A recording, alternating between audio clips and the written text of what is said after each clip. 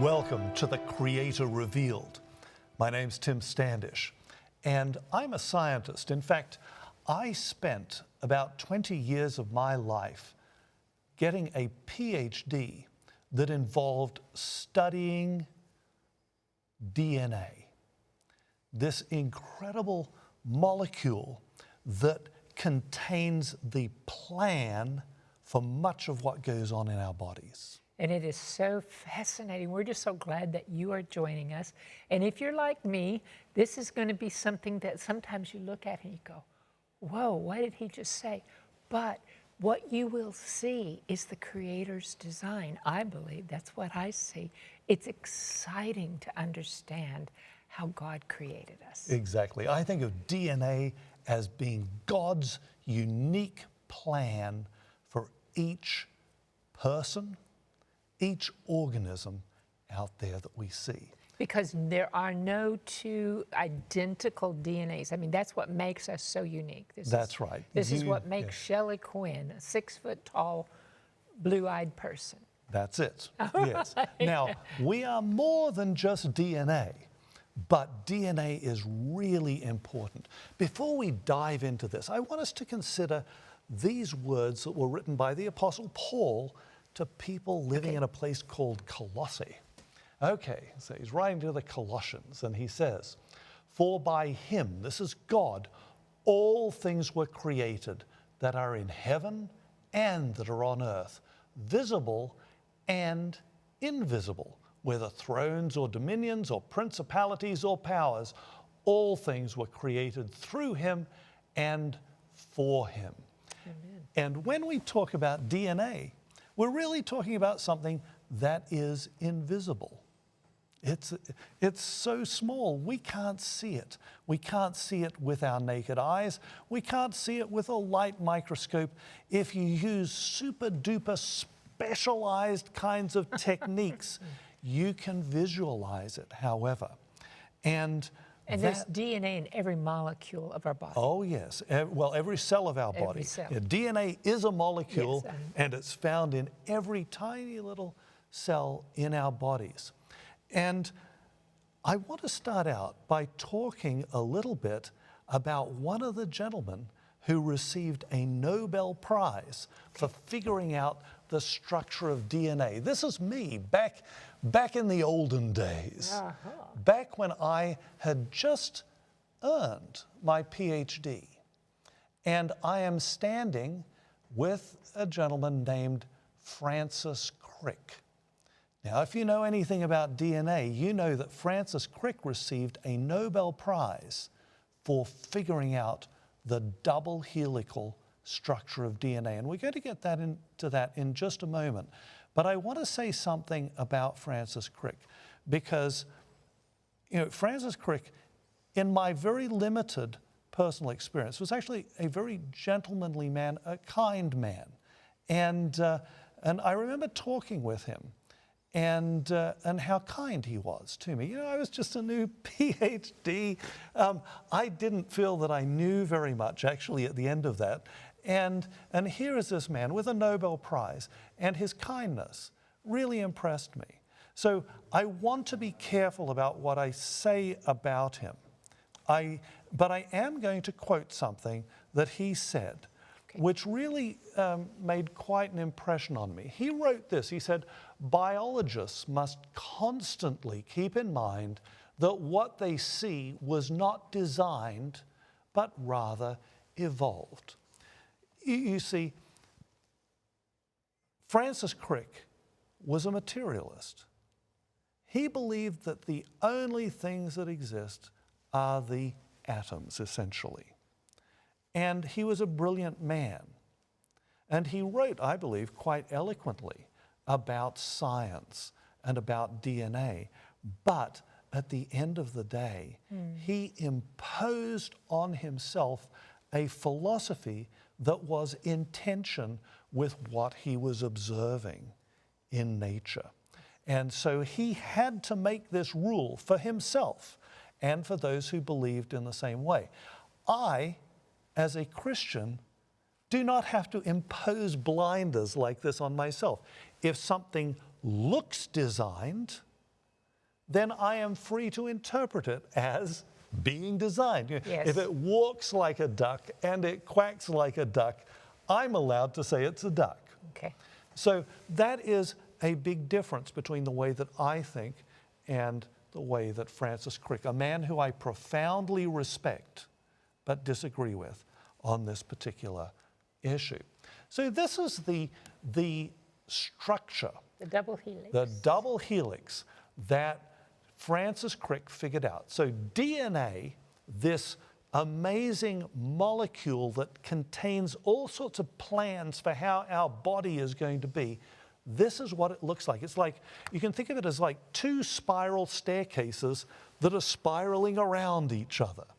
And the steps in there are things that we call bases. So let's take a look at those. I'm going to sort of untwist this molecule a little bit so that we can see what those A, T's, and G's and C's look like in there.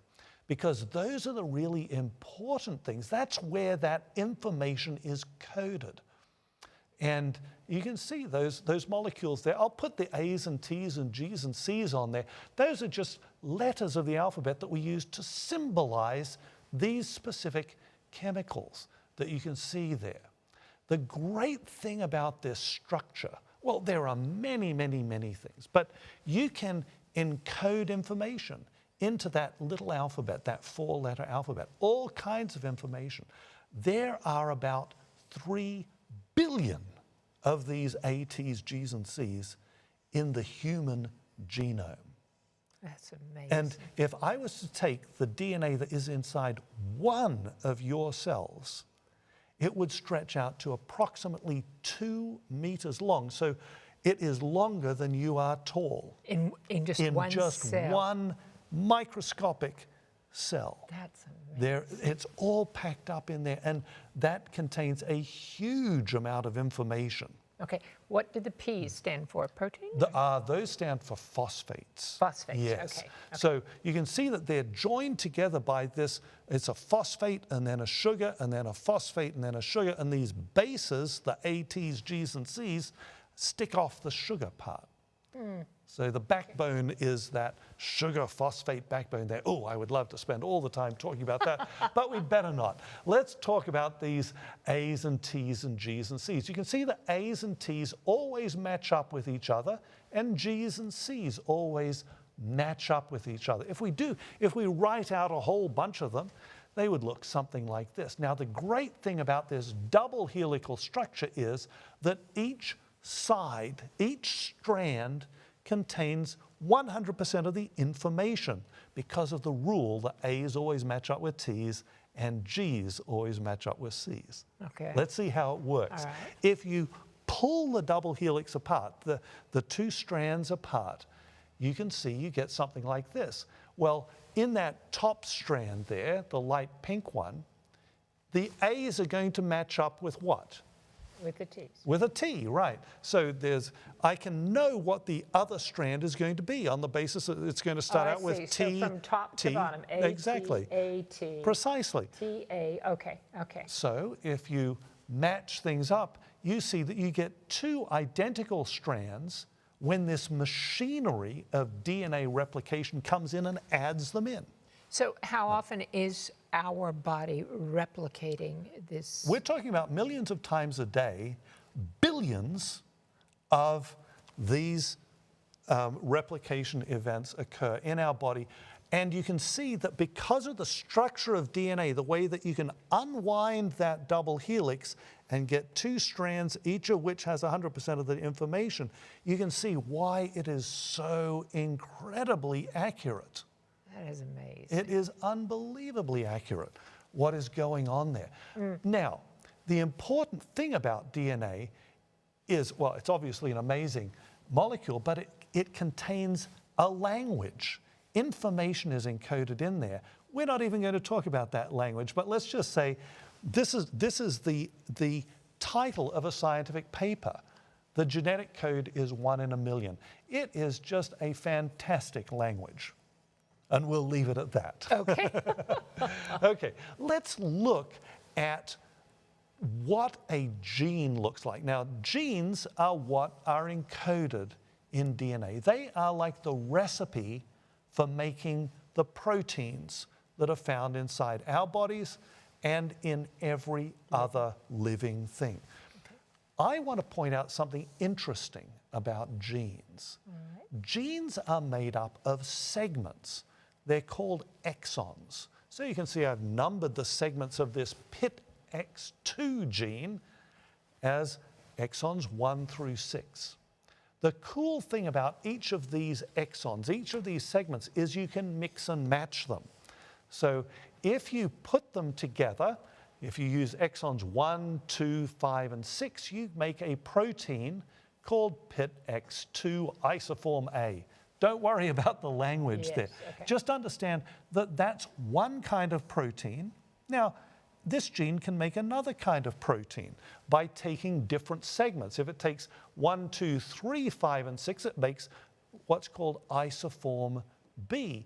It's a related protein, but it's different. So how does that working in our body?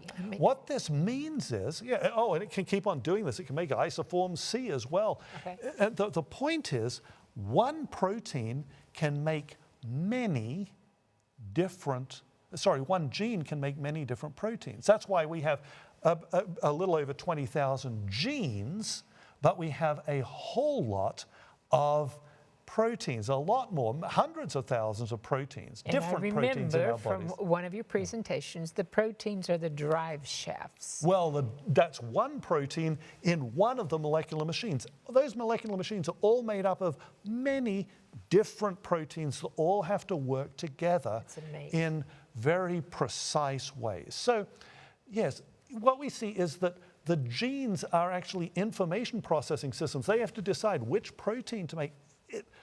We could go on and on and on forever. And this is happening all day long. Exactly. There's so much more that we could talk about, but there is just a couple of things that I want us to get out of this information. The Creator is revealed in these molecules of life, the DNA. His wisdom is shown in His choice of materials like DNA, with its stability, high coding efficiency, an associated mechanism of copying. And His wisdom appears clearly in the information that's actually encoded in the DNA. That is so amazing, and I know everybody's head is swimming, but please stay tuned. We're going to be back in just 1 minute, and we will be talking with a nanochemist who can tell us more.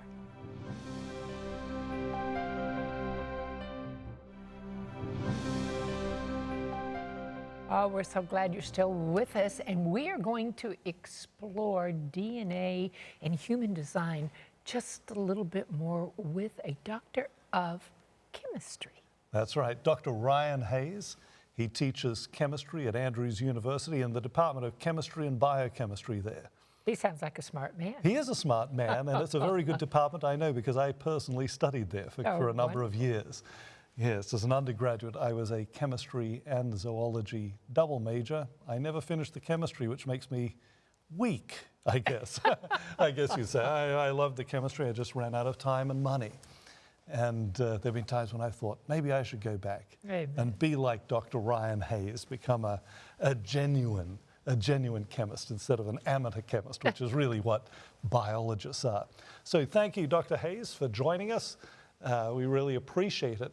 We've been talking about DNA, and we know that DNA is a chemical, but I guess the question that I would have is, what's so special about it? Why would DNA be such an important molecule in humans and every other living thing? Yeah, I think there's a lot of important aspects to DNA from a chemistry perspective. And I think one of the things that strikes me about the chemical structure of DNA is how flexible it is chemically to allow all sorts of code and arrangement of its structure, what we call the bases of it, to allow a wide variety, almost an infinite number of chemical combinations.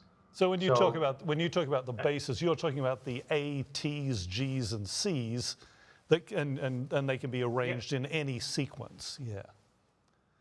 That's correct. And that actually, you would think would be something obvious to every chemist, but even as a PhD chemist, and looking at the structure of DNA for many years, it wasn't until I was reading the book by Stephen Meyer, Signature in the Cell, and pondering the structure once again, that it struck me that there isn't anything about the chemistry that is driving the arrangement of the letters and the bases there, the A, the T, and the G, and the C, that is completely chemically neutral to it allows essentially any combination that you need. So let's say you had I found that very surprising. So let's say you had a T in the sequence, anything could come after it. There's nothing chemically that says an A must come immediately after a T or something like that. There are actually no rules in the sequencing of it.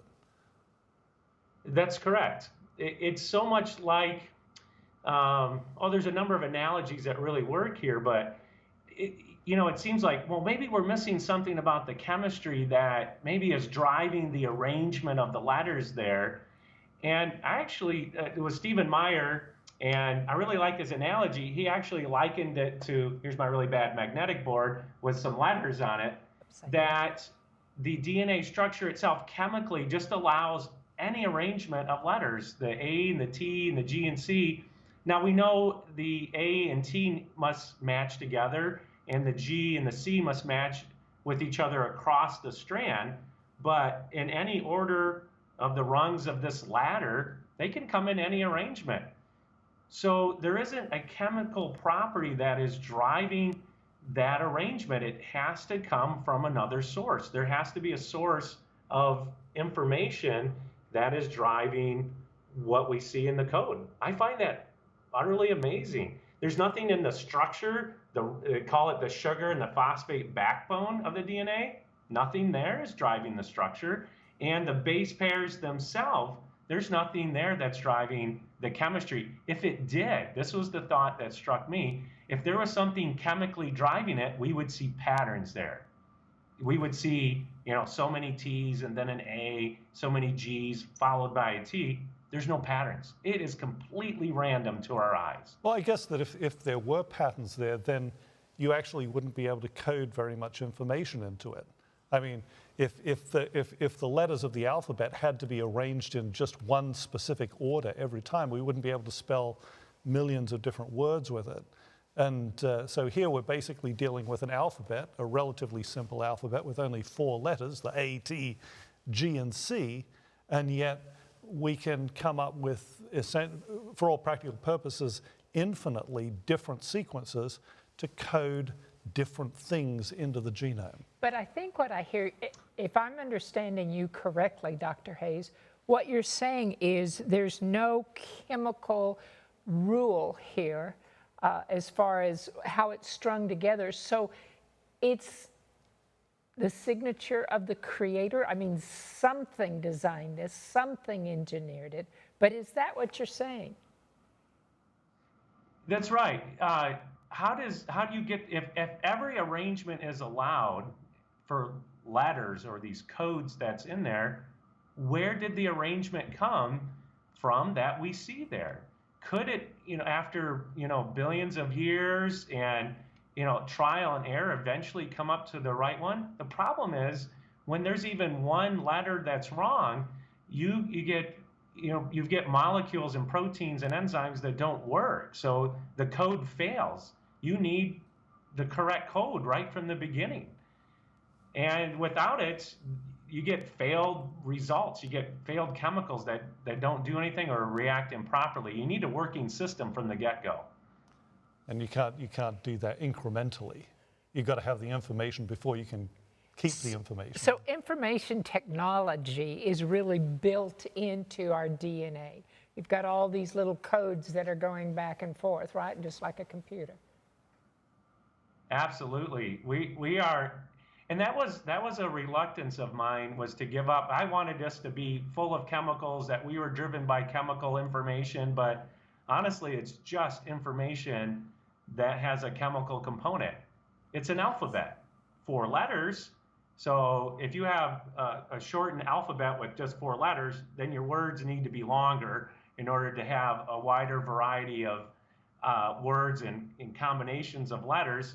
So that's what DNA does. It's just longer words. They're really long in some cases, but you can do a lot with 4 letters when you can have short words and long words. You can make a lot of unique components from that, or important sentences and words, if you want to use the information concept there. So utterly amazing. It's a great design.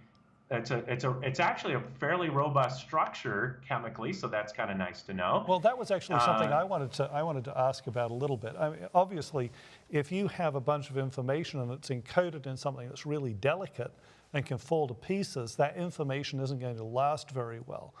But I'm assuming that DNA is a fairly stable molecule, that it can last for a reasonable period of time. It doesn't just keep falling to pieces inside our cells. It must be quite robust. Yeah, it's a fairly robust molecule, so that's good. That keeps it from changing spontaneously, so that's helpful. So in order to work with the code that's there, you need helper molecules, enzymes that come in and read it and split it apart, because at our body temperature and pH, the DNA molecule will want to stay together. Okay, so this would be when you're wanting to important. read the information off it then, or make a copy of it. It has to, that double helix has to be opened up. That's right. You have to have a can opener. You have to have a little machine that can go through and open it at our body temperatures. If you heat it, I believe it's to about 90 degrees Celsius, it will unravel on its own. That's quite a high temperature, and we would die before then. That's almost to boiling water temperatures. So at that high temperature, it will fall apart. But at lower temperatures that our body's at, 37 degrees Celsius or 98 degrees Fahrenheit, the DNA molecule wants to stay together. And so you need a machine to pull it apart so you can read the individual bases that are there. Okay. Beautiful. It is. So what would be the possibility then of, if you're wanting to make life using just starting with simple chemicals or something, would it be possible to start with something like just DNA and work your way up to all of these other protein machines that we also know are necessary for life today? Yeah, this is a great question, and what a lot more chemists are getting involved with, because it's an enigma. We can't see a real clear way chemically to create life from some of these few simple molecules. And so there was the original theory that somehow these DNA molecules, or parts of it, were able to come together. But honestly, that theory was discarded pretty quickly and replaced with, well, we need proteins, because you need the tools, which we call proteins and enzymes, to make DNA. So, but the funny thing is, DNA is needed to make the proteins, but you need the proteins to make the DNA. So which one of these chickens and eggs comes first? And so those both have been discarded chemically, because you need both of them at the same time. And so this hybrid theory of, well, maybe it's ribonucleic acids, the RNA somehow is able to be one of the first molecules that was spontaneously made. And honestly, I think that's pretty much a dead end, because we know that even in the simplest living organism, you need thousands of chemicals together. It's not just DNA. Sure, you need the code, that's important, but you need the proteins, and you need the chemical environment to all be there just to even have the simplest life. So what does There's like 3,000 or 4,000 chemicals, unique chemicals, in the simplest of organism, and they all have to come together at the same time. What does this tell you about the Creator's design of the body? Could you repeat the question? Sorry. What does this tell you about the Creator's design of the human being? Well, and every other living thing, because everything has DNA. Yeah. Well, first of all, he's an amazing chemist, so my hat's off to our creator. Because when you actually go into the lab and actually try to make these molecules or things like it, or even simpler things, you realize all of the problems that can occur, all the side reactions, not having pure starting materials, or having impure reactions that can take place, and things that can get in the way and go down different tracks. And we're not seeing that this chemistry can just happen spontaneously and easily. So it really actually, so many factors. It takes a master chemist to make these master chemicals. Yeah. Yeah. Absolutely. And that's what we're seeing now, is that the more we learn, the more we know how many factors had to be accounted for just to even make life happen and to sustain it. Not to just get it started, but to sustain it. I want to really thank you for taking this time with us, Dr. Hayes. It's been a great pleasure. I appreciate it. Amen and amen. Well, you know, this is so fascinating. And what I want to encourage you, we're just touching on the surface of this. Open your mind to science and how it proves that we have a creator God, and he is the master of all science. Join us again next time. Thank you.